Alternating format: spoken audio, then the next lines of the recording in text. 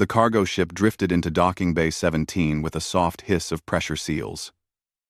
Jake Morrison stretched his arms above his head and yawned. 3 weeks of flying alone through empty space always made him stiff. He grabbed his datapad and headed toward the airlock. Nexus 7 was busy as always. The massive space station floated at the edge of neutral territory, where dozens of alien species came to trade. Jake had been here many times in the past 3 years. Ever since Earth joined the Galactic Council, human traders like him had been working the outer routes. The pay was decent, and the work was honest. He walked through the main corridor, passing aliens of all shapes and sizes.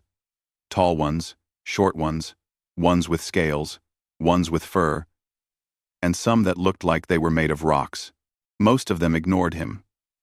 Humans were new to the galaxy, and not particularly impressive. They were smaller than most warrior races, weaker than most labor species, and had no natural weapons or armor. Jake didn't mind.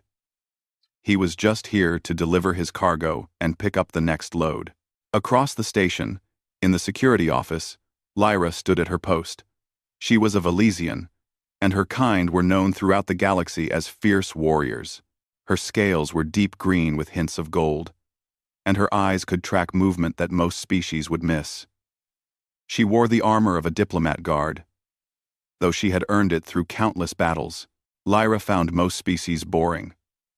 The Galactic Council was full of merchants and politicians who talked endlessly about trade agreements and peace treaties. Her people believed in strength and honor. They respected those who could fight. And they had little patience for the weak. Humans, in her opinion, were especially unimpressive. She had read the reports when Earth joined the Council. They came from a low-gravity world.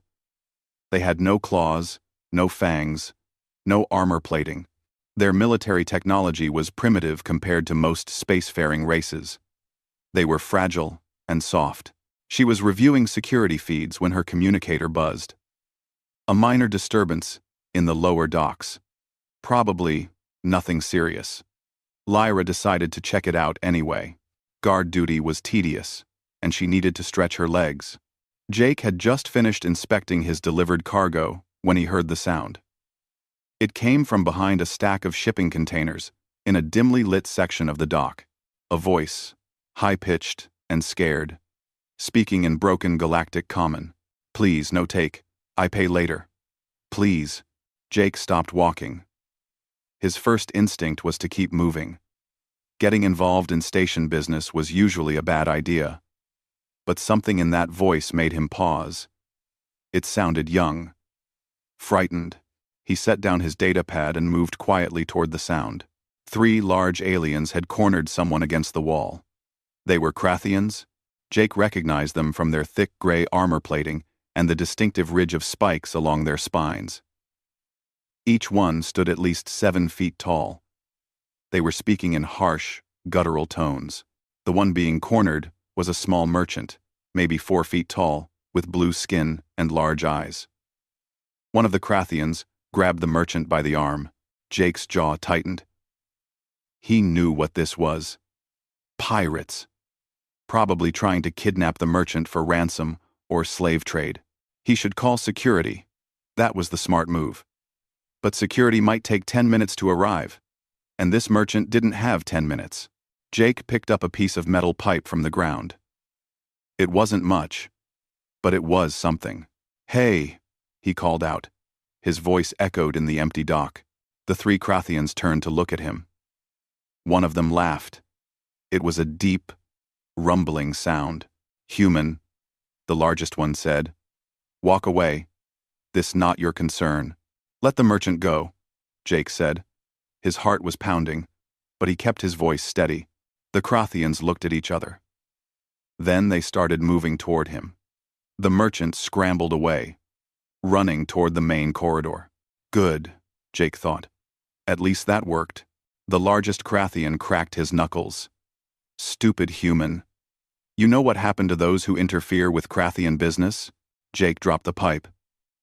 If he used a weapon first, station security would arrest him for starting a fight. He raised his fists instead. The Krathians laughed again. Lyra arrived at the lower dock entrance just in time to see it begin. A human, standing alone against 3 Krathian pirates. She had seen this kind of situation before. Usually, the victim fled or died within seconds. She expected the human to run. Any sensible being would. Instead, he stood his ground. The first Krathian charged. The human didn't try to block the attack head-on. Instead, he moved at the last second, letting the pirate's momentum carry him past. The human kicked out, catching the Krathian in the knee joint where the armor plates separated. The Krathian stumbled. Lyra's eyes widened. That was actually clever. The second Krathian swung a massive fist. It connected with the human's shoulder, and Lyra heard the impact from 20 feet away. The human spun and fell to one knee, but he got back up. Lyra moved closer, staying in the shadows. She wanted to see how this would end. The human was clearly outmatched. The Krathians were bigger, stronger, and armored. But there was something in the way he moved. He wasn't fighting to win. He was fighting to survive long enough for help to arrive. He was buying time. The third Krathian grabbed a cargo container and threw it. The human rolled to the side, barely avoiding it. He grabbed a loading hook from the ground and threw it at the nearest Krathian's face. It bounced off the armor but distracted the pirate long enough for the human to create distance. The fight went on. Lyra counted the seconds. 30, 40, 50.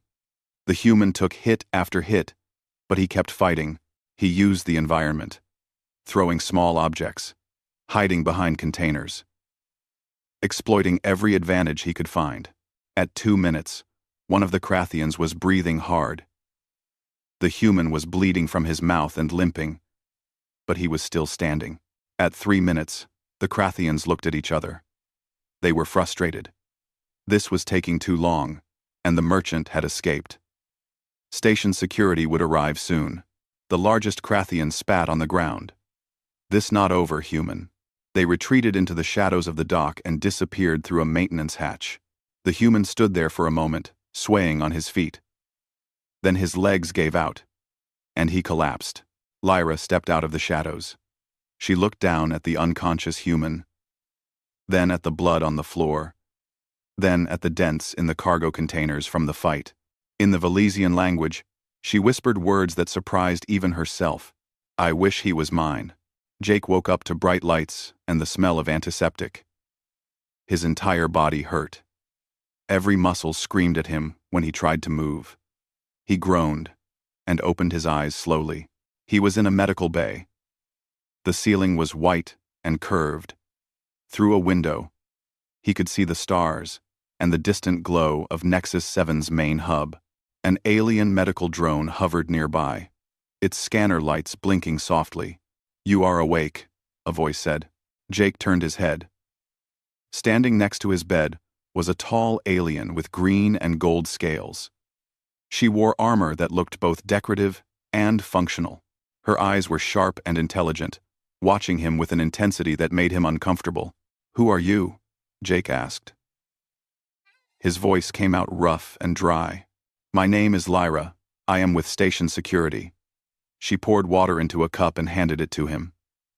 You fought 3 Krathian pirates yesterday. Do you remember? Jake took the water gratefully. Yeah. Is the merchant okay? The merchant is safe. They reported the incident and identified the pirates. Lyra pulled a chair over and sat down. The merchant is from a wealthy family. They are grateful you intervened. Good, Jake said. He tried to sit up and winced. His ribs were bandaged, and his left arm was in a support brace. Lyra studied him carefully. Why did you fight? Because they were hurting someone. You had no weapon. You had no backup. You had no chance of winning. Lyra leaned forward. Any reasonable being would have called security and stayed away. Jake shrugged with his good shoulder. I didn't think about it that much. I just saw someone in trouble. This answer seemed to confuse Lyra. She tilted her head slightly. You risked your life without thinking? I guess so. Lyra was quiet for a moment. In her culture, warriors thought carefully about honor and glory before fighting. They weighed the risks. They considered the benefits. This human had simply acted on instinct to help a stranger. "What is your name?" she asked. "Jake Morrison." "Jake Morrison," she repeated, testing the sounds. "I have questions about your fighting style. Where did you learn to fight like that?" "Like what?" Jake asked. "Without weapons, using the environment, refusing to stay down even when struck." Jake thought about it. "I did some boxing when I was younger. Mixed martial arts too. Basic self-defense stuff. But mostly, I was just trying not to die." "Boxing? Martial arts?" Lyra pulled out her datapad and made notes. "These are human combat traditions?" "Yeah. Pretty common back on Earth." Lyra's eyes widened slightly. "Your entire species trains in combat?" "Not everyone. But a lot of people do. It's exercise mostly. Sport. Some people do it professionally." This information troubled Lyra. According to the Galactic Council files, humans were a weak species. But if they had species-wide combat training traditions, perhaps the assessment was wrong. Over the next 2 days, while Jake recovered in the medical bay, Lyra visited often. She asked many questions about Earth and human culture. She learned about human history, their wars, their sports, their strange custom of deliberately fighting each other for entertainment and honor. She discovered that humans came from a world where almost everything was trying to kill them. Predators, diseases, weather, even other humans. They had survived not through strength or armor, but through stubbornness and adaptation. She learned about human endurance hunting, where ancient humans would chase animals for hours until the prey collapsed from exhaustion. She read about human soldiers who continued fighting with terrible injuries. She studied human athletes who pushed their bodies far beyond what seemed possible. The more she learned, the more interested she became. On the 3rd day, Jake was cleared to leave medical. His ship was still docked, and he was preparing to depart when his communicator buzzed with an official message. Station authorities wanted to see him immediately. Jake found himself in a conference room with 3 aliens he didn't recognize, and one he did. The head of station security, a bulky creature with 4 arms, sat at the head of the table. "Jake Morrison," the security chief said. "We have a situation." The Krathian pirates he had fought belonged to a larger criminal syndicate. The syndicate was demanding that Jake be turned over to them for attacking their members. They claimed he had started the fight without provocation. "That's not true," Jake said. "They were kidnapping someone." "We know," the security chief said. "But the syndicate has influence. They have threatened to stop all trade shipments through this station if we don't comply." Jake felt cold. "So you're going to hand me over?" One of the other officials, a thin alien with too many eyes, spoke up. "There is another option. The syndicate leader has invoked an ancient law. Trial by combat. If you fight their champion and win, all charges are dropped. If you lose." The alien didn't finish the sentence. "Who's their champion?" Jake asked. Lyra's voice came from the doorway. "Drock the Undying." Everyone turned to look at her. She walked into the room without being invited. The security chief glared at her, but she ignored him. "Drock has won 47 trial combats," Lyra continued. "He is 9 feet tall and weighs 400 pounds. He has killed opponents from 12 different species." Jake swallowed hard. "When is the trial?" 3 days, the security chief said. "You can select a champion to fight in your place, if you wish." Jake looked around the room. Nobody met his eyes. Nobody would volunteer to fight Drock. He was on his own. "I'll do it myself," Jake said. The officials looked surprised. The security chief nodded slowly. "Very well. You have 3 days to prepare. The trial will be held in the main arena." As the meeting ended and Jake walked out, Lyra followed him into the corridor. "You will die," she said, bluntly. "Maybe," Jake said. "But I'm not going to let them take me without a fight." Lyra grabbed his arm, stopping him. Her grip was strong but not painful. Why do humans do this? Why fight when you cannot win? Jake looked at her directly. Because sometimes fighting is the right thing to do, even if you're going to lose. We don't fight because we'll win. We fight because we have to. Lyra stared at him for a long moment. Then she released his arm. Come with me, she said. Where? To the training facility. If you are going to fight Drock, you need to learn how to survive more than 30 seconds. She started walking, then looked back at him. I will train you. Why would you help me? Jake asked. Lyra hesitated. She thought about the words she had whispered in the dock. Words that meant more in her culture than he could possibly understand. Because, she said finally, I have never met anyone like you before. The training facility was empty when Lyra led Jake inside. It was a large circular room with padded floors and various equipment along the walls. The gravity could be adjusted to match any species' homeworld. We start now, Lyra said. She removed her decorative armor, revealing fitted training gear underneath. Show me how you fight. Show me how you fight. For the next hour, Jake demonstrated the techniques he knew. Boxing combinations, wrestling moves, kicks and blocks from mixed martial arts. Lyra watched everything carefully, sometimes asking him to repeat a movement. Interesting, she said finally. Human combat is very close range. You have no natural weapons, so you developed ways to use your whole body. I guess that's right, Jake said, breathing hard. Lyra began circling him slowly. Drock will have reach advantage. He will have weight advantage. He will have strength advantage. If you fight him the way you fought the pirates, you will die in seconds. Then how do I fight him? By using what humans are good at. Lyra stopped in front of him.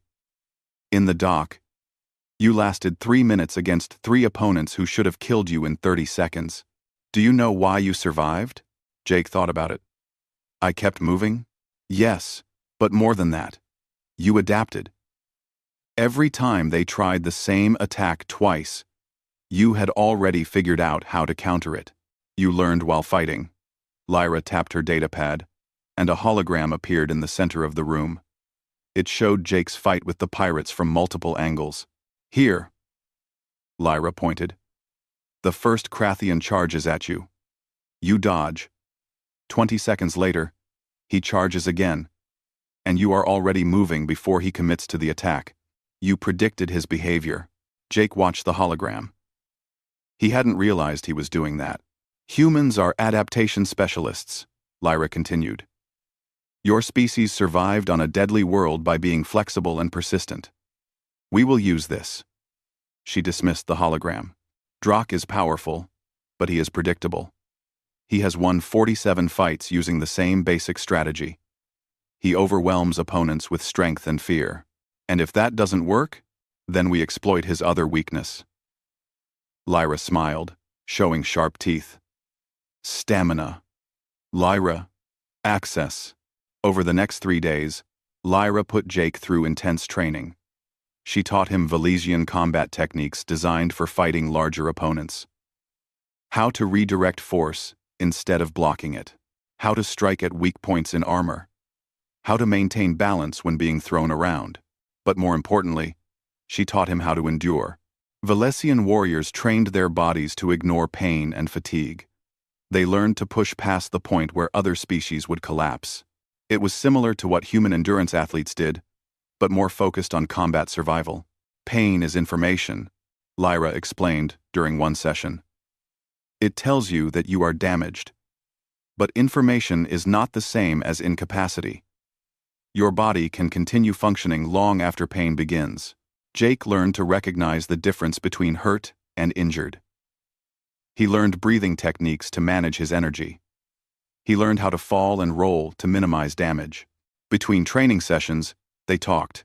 Jake told Lyra about Earth, about oceans and forests and cities, about human music and art and food, about the diversity of human cultures, each with their own traditions and values. Lyra told Jake about Valesia, about the warrior clans and the honor duels. about their long history of conquest and their current role as peacekeepers in the galaxy, about the loneliness of being at the top, where respect was common but friendship was rare. Other species fear us, Lyra admitted one evening.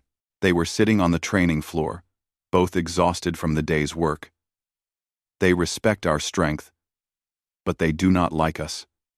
We have few real allies. That sounds lonely, Jake said. It is. Lyra looked at him. But humans do not seem afraid of me. Should I be? Most beings are. She studied his face. You are strange, Jake Morrison. You fight when you should run. You help strangers at great personal cost. You treat me like a person, not a predator. You are a person, Jake said simply. Lyra was quiet for a moment. In my culture, there is a phrase. When a warrior sees great courage or skill in another, we say, I wish they were Valesian. It is the highest compliment we can give. Is that what you said? In the dock? After I passed out?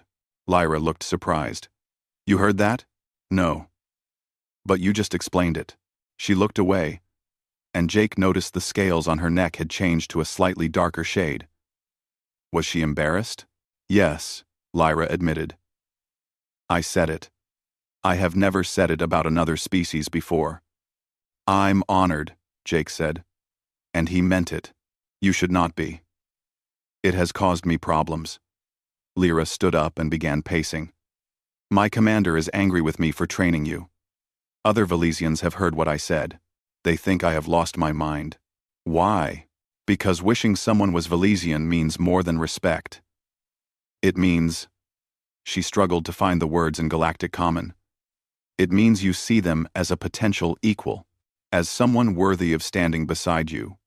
In some contexts, it means you see them as a potential mate. Jake's eyes widened.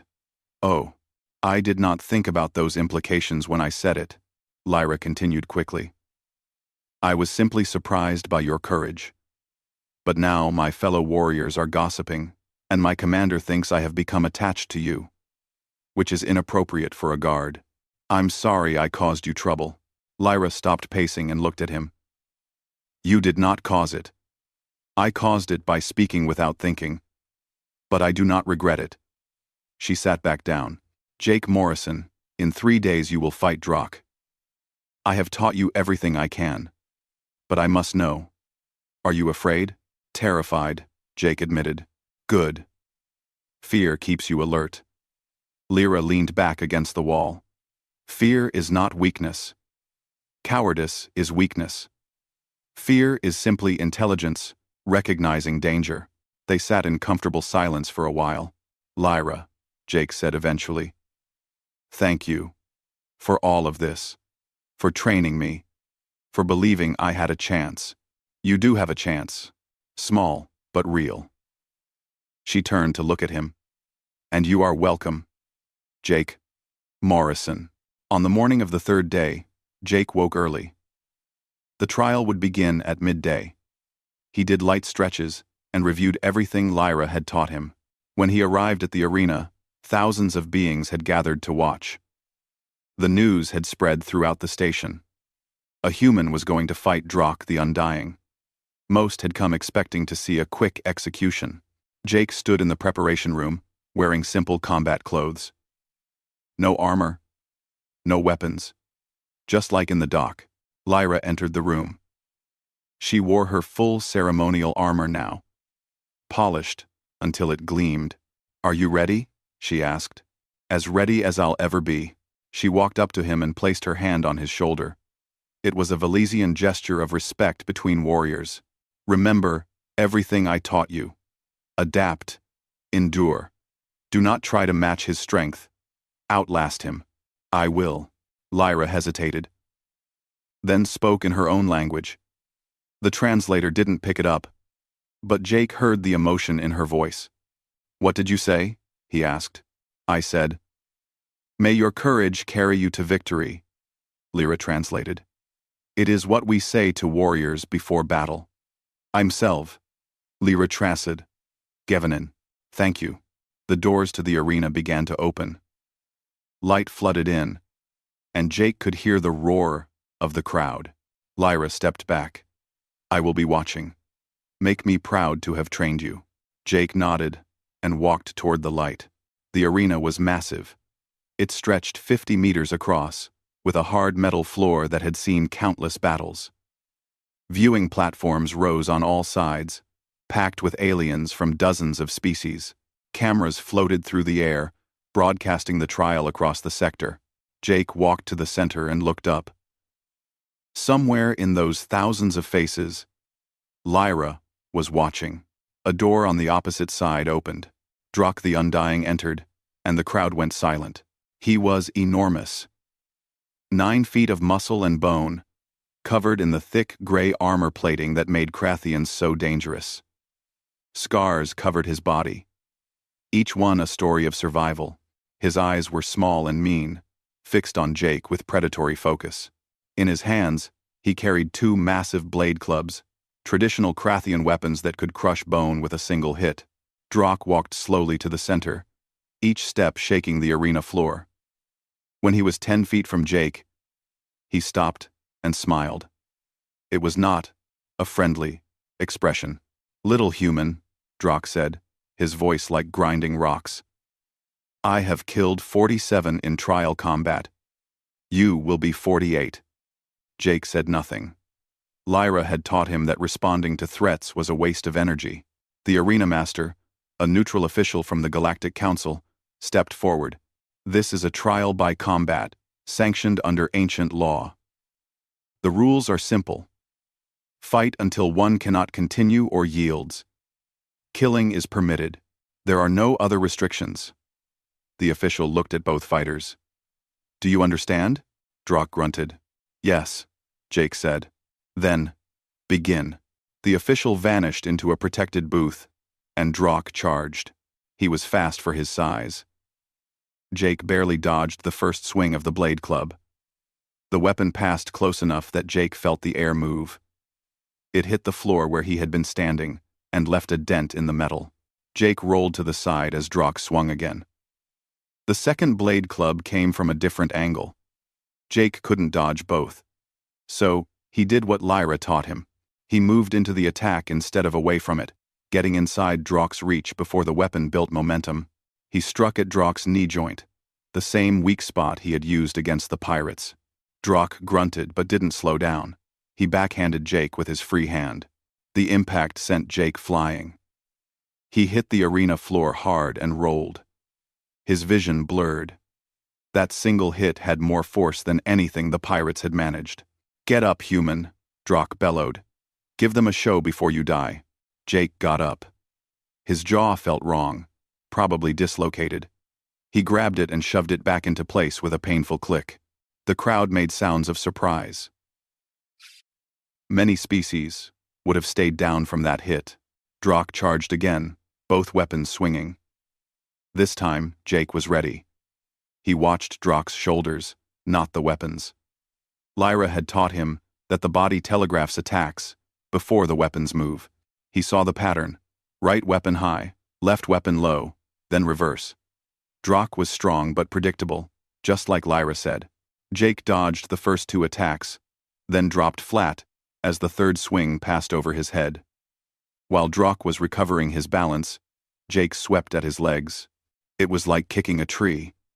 Drak didn't fall, but he stumbled. Just a little. The crowd started making noise. This was lasting longer than anyone expected. For the next 3 minutes, Jake focused entirely on survival. He dodged, rolled, and occasionally landed strikes that did minimal damage. Drak's attacks were powerful, but started to show a rhythm. Every 7th swing, there was a slight pause as he repositioned his grip. Every time he missed with both weapons, he took 1 second to reset his stance. Jake started exploiting these tiny openings: a punch to the ribs during the grip reset, a kick to the knee during the stance adjustment. None of the hits did much damage, but they added up. More importantly, they frustrated Drak. "Stand still!" Drak roared. He was breathing harder now. His swings came slightly slower. Jake's body was covered in bruises and cuts. One eye was swelling shut. His left arm hung at an odd angle. But he was still moving. In the viewing stands, Lyra watched with her heart racing. She had trained him well. But Drock was more dangerous than she had expected. Jake was surviving, but he couldn't keep dodging forever. She watched Jake's movement pattern and realized something. He was hurting Drock. Slowly, carefully, Jake was controlling where Drock positioned himself in the arena, moving him toward the edge. Clever human. At the 7-minute mark, Drock made a mistake. He swung both weapons at once in a massive overhead strike designed to end the fight. Jake dodged to the side, and both blade clubs hit the arena floor with tremendous force. For just a moment, they stuck in the metal. Drock pulled at them, trying to free the weapons. Jake didn't hesitate. He ran forward and jumped, using Drock's bent back as a stepping stone to climb higher. He wrapped his good arm around Drock's thick neck and his legs around the Krathian's torso. It was a human wrestling technique called a rear naked choke. Drock released his weapons and reached back, trying to grab Jake. But Jake's position made it difficult. Drock's own armor plating prevented him from reaching behind his own neck effectively. "Get off!" Drock spun and threw himself backward, trying to crush Jake against the arena floor. The impact was brutal. Jake felt ribs crack, but he held on, tightening the choke. Drock struggled more frantically. He rolled, slammed backward again, clawed at Jake's arm. But Jake had locked the technique properly. The choke cut off blood flow to Drock's brain. Lyra stood up in the viewing area, along with thousands of other spectators. This was impossible. A human, fighting bare-handed, had Drock the Undying in a submission hold. Drock's movements became slower. His massive hands weakened. 10 seconds, 20 seconds, 30 seconds. Finally, Drock's hand slapped against the arena floor 3 times. The universal signal of surrender. Jake released the choke and rolled away. He lay on his back, staring at the ceiling, unable to believe it was over. The arena was absolutely silent for 3 heartbeats. Then, it erupted. Cheers, roars, whistles, and calls from dozens of species filled the air.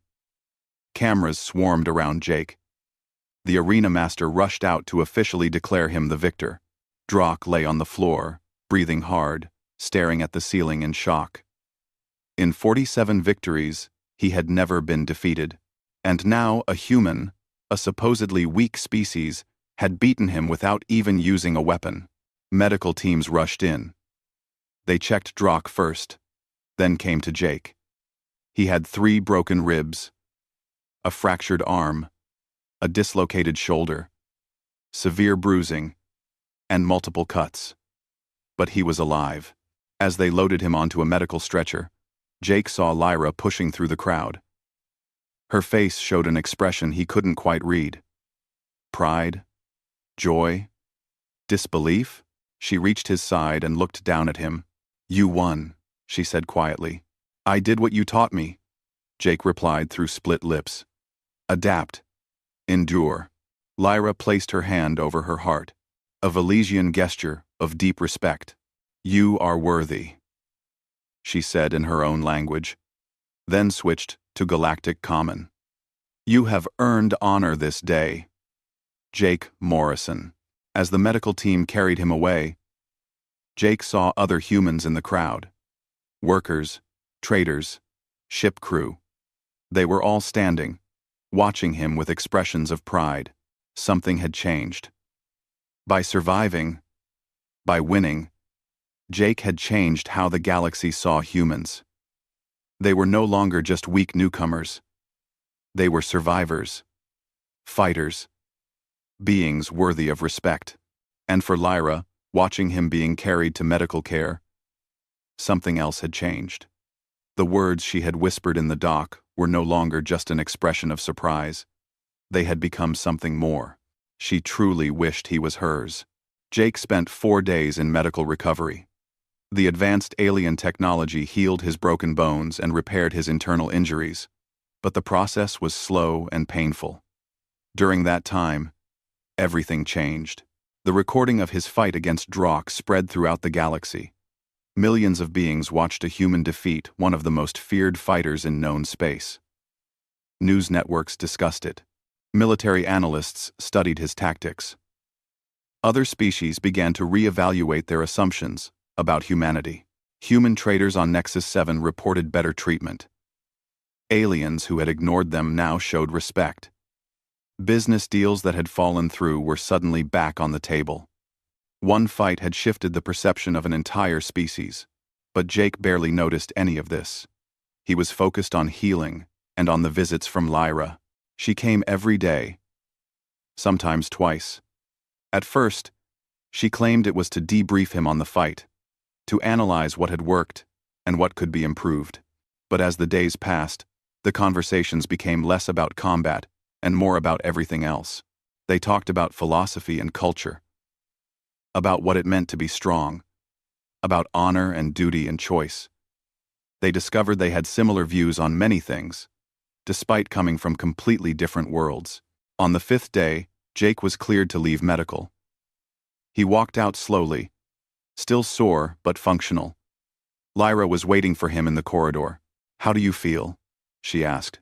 "Like I got hit by a shuttle," Jake said. "But alive. That's what matters. Walk with me," Lyra said.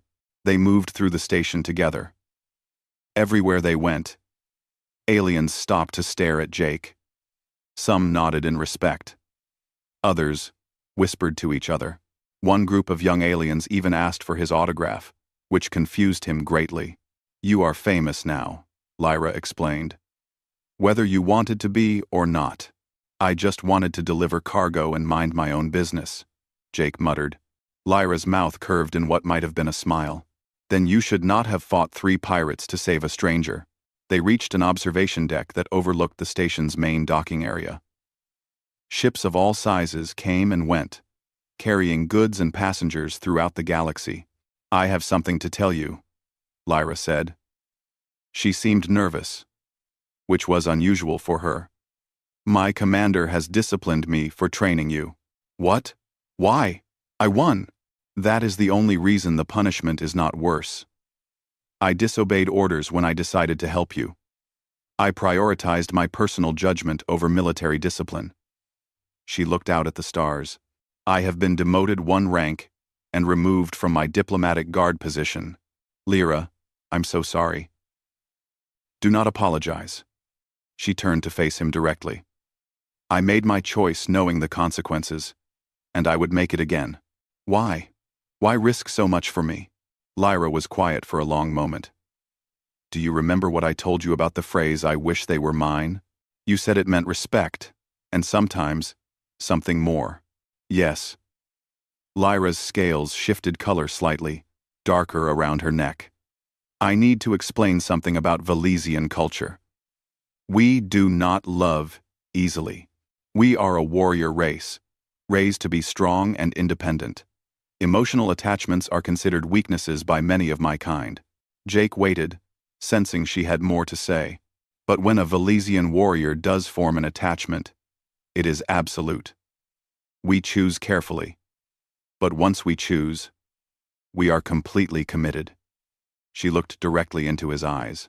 "When I said those words in the dock, I did not fully understand what I was feeling.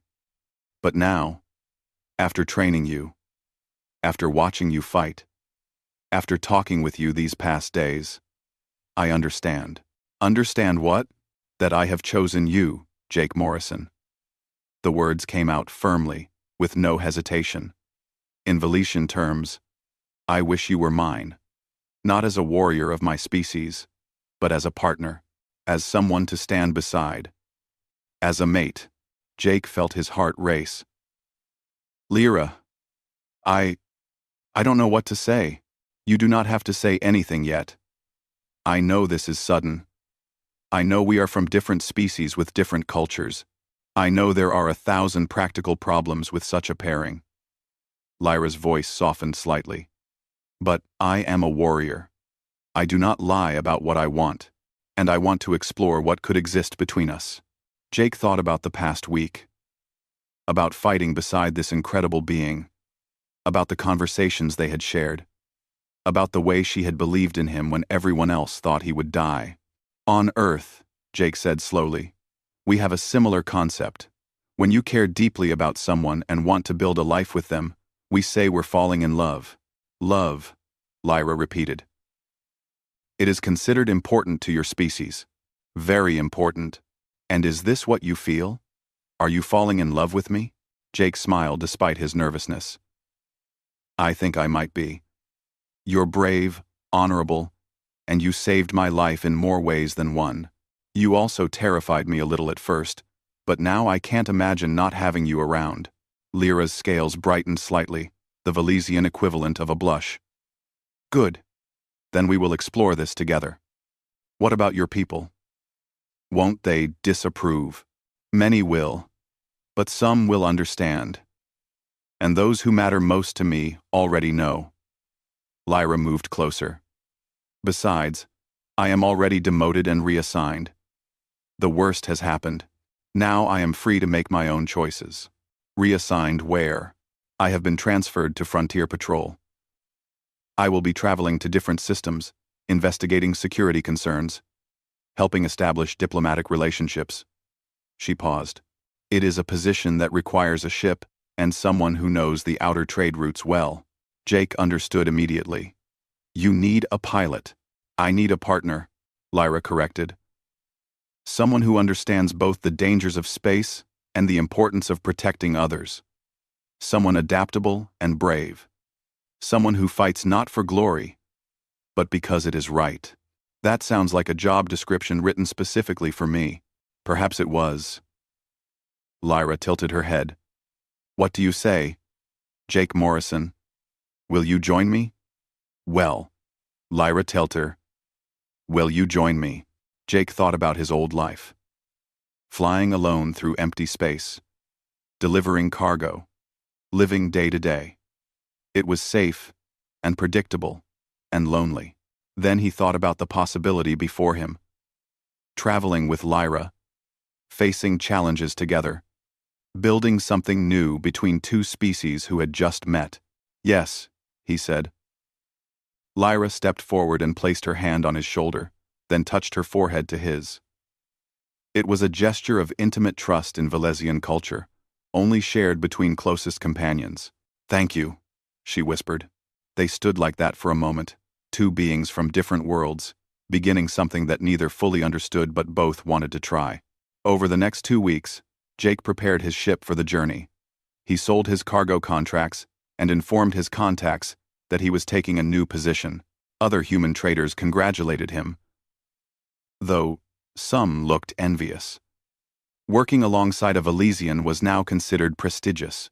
Lyra moved her belongings onto Jake's ship. She had surprisingly few possessions for someone who had lived on the station for 3 years. Mostly weapons, armor, and a few personal items. Valesians travel light, she explained. We believe that attachment to objects makes you weak. What about attachment to people? Jake asked. That makes you strong. Objects cannot fight beside you. People can. On the day of departure, several beings came to see them off. The merchant Jake had saved brought an expensive gift. Station security officers who had trained with Lyra saluted her. Even some of the other human traders showed up, but the most surprising visitor was Drock. The massive Crothian walked up to the ship's loading ramp. Lyra tensed, ready for trouble. But Drock just looked at Jake and nodded slowly.